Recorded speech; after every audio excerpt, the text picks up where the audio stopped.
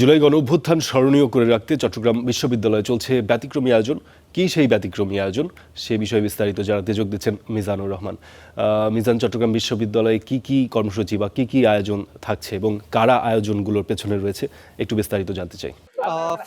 ফারদিন, চট্টগ্রাম বিশ্ববিদ্যালয়ে জুলাই গণ অভ্যুত্থানের দ্বিতীয় বর্ষপূর্তি উদযাপন এবং জুলাইয়ের চেতনা আরো ছড়িয়ে দিতে চট্টগ্রাম বিশ্ববিদ্যালয়ে চাকসুর উদ্যোগে এখানে চলছে 2 দিন ব্যাপী জাগ্রত জুলাই কালচারাল ফেস্ট।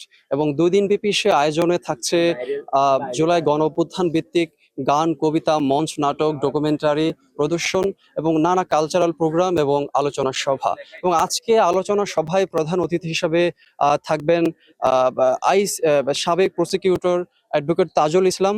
এবং আমরা দেখতে পাচ্ছি এই যে জুলাই আয়নাঘর এখন শিক্ষার্থীরা আসলে এখানে পরিদর্শন করছেন।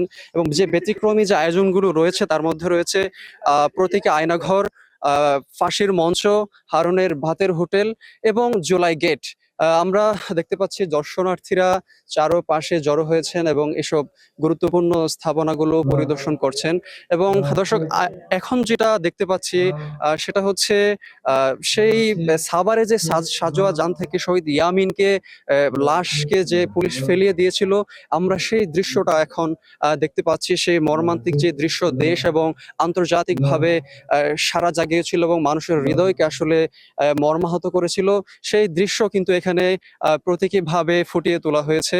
এবং আমরা ওই পাশে দেখতে পাচ্ছি জুলাই যে বাংলাদেশের রাজনীতিতে যে হারুনের ভাতের হোটেল বহুল সমালোচিত আলোচিত, এবং সেই বিষয়টা আমরা দেখতে পাচ্ছি। তো চট্টগ্রাম বিশ্ববিদ্যালয়ে দিনব্যাপী যে আয়োজন আজকের প্রথম দিন চলছে এবং আগামীকালও এই আয়োজন উদযাপিত হবে। এবং আগামীকাল বিশ্ববিদ্যালয় প্রশাসনের উদ্যোগেও জুলাই কেন্দ্রিক বিভিন্ন আয়োজন অনুষ্ঠিত হবে। এই ছিল কালচারাল ফেস্ট থেকে সর্বশেষ তথ্য। ধন্যবাদ মিজান।